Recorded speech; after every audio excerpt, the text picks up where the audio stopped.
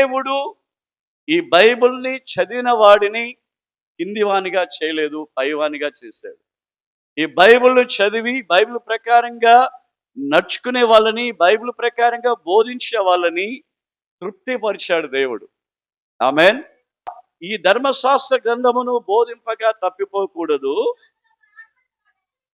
ఈ పుస్తకములో రాయబడిన వాటన్నిటి ప్రకారము చేయుటకు జాగ్రత్త పడినట్లు దివారాత్రము దాన్ని ధ్యానించిన ఎడల వర్ధిల చేసుకొని నీ మార్గం ఏదైనా కావచ్చు. ఏంటిదే నీ మార్గము? నువ్వు పట్టిందంతా బంగారం కావాలండి, నువ్వు తోట వేస్తూ ఉన్నావు, నీ వ్యవసాయం ఆస్వాదకరంగా ఉండాలి, నువ్వు వ్యాపారం చేస్తున్నావు, నీ వ్యాపారం ఆస్వాదకరంగా ఉండాలి, నీ ఉద్యోగము చదువుకు తగిన ఉద్యోగం రావాలి, హల్లెలూయా, సమస్తము ఆస్వాదకరంగా ఉండాలి అంటే ఏం చేయాలి? ఏం చేయాలి? బైబిల్ చదువు, బైబిల్ ప్రకారంగా బ్రతుకు, నువ్వు ఆశ్చర్యకరంగా ఉంటావు. అప్పు చేయమని బైబిల్ లేదు. వాక్యం చెప్తుంది 28 ద్వితీయోపదేశ కాండంలో అంటాడు, నువ్వు అప్పు చేయకుండా ఉండు, అనేక మందికి అప్పిస్తావు. అప్పులో నుండి బయటికి వెళ్ళాలంటే ఒకటి ఏంటంటే, మన దారిద్ర్యాన్ని కొరకు ఐశ్వర్యవంతుడైన యేసు దరిద్రునిగా మారాడు.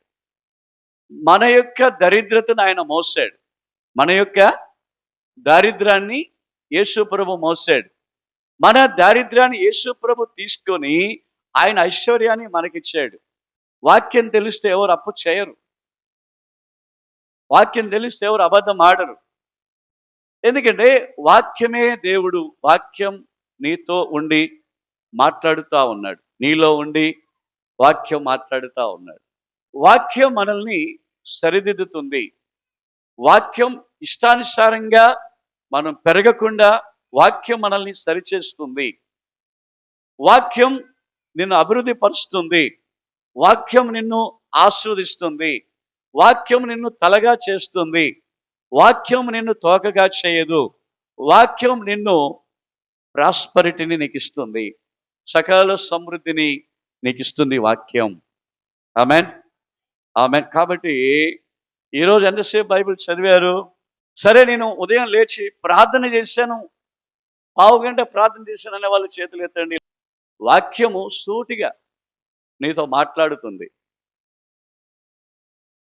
వాక్యము సరిదిద్దుతుంది.